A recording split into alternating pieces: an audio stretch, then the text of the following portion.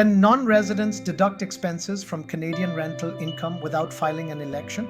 You're a non-resident renting out a property in Canada. Maybe you're paying property taxes, insurance, maintenance fees, and mortgage interest. Naturally, you'd assume you can deduct those costs before paying tax.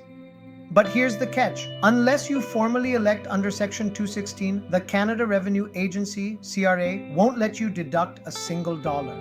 This surprises many non-resident landlords. They think expenses will automatically be considered, but without the right filing, the CRA taxes gross rent, not your profit. Let's unpack why that happens and how to fix it.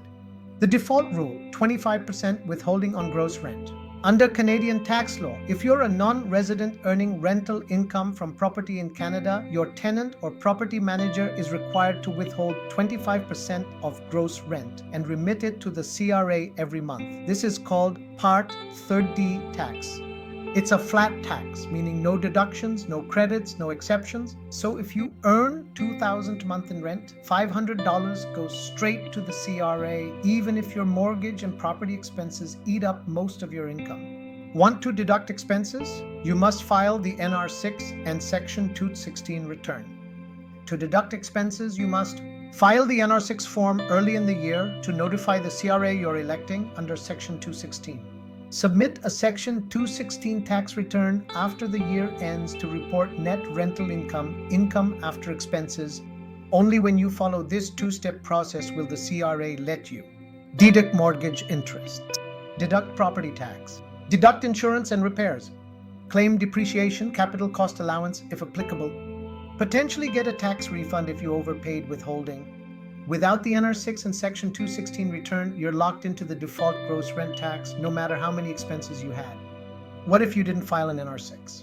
Even if you missed the NR6, you can still file a Section 216 return by June 30 of the following year. While this won't reduce the amount of tax withheld during the year, it can still get you a refund if your net income was lower than your gross rent. However, the CRA won't consider your expenses if you skip the return altogether. Don't make the mistake of assuming. Many non-resident landlords trust their property manager is handling the taxes or that the CRA will adjust later. But unless you take formal steps and file under Section 216, the CRA will keep your tax as if you made 100% profit, even when you didn't. If you require assistance with Canadian tax matters, our team is ready to provide reliable professional support. Please contact us at 416-283-8774 or visit theaccountingandtax.com for more information. And if you found this video helpful, don't forget to like, subscribe, and share.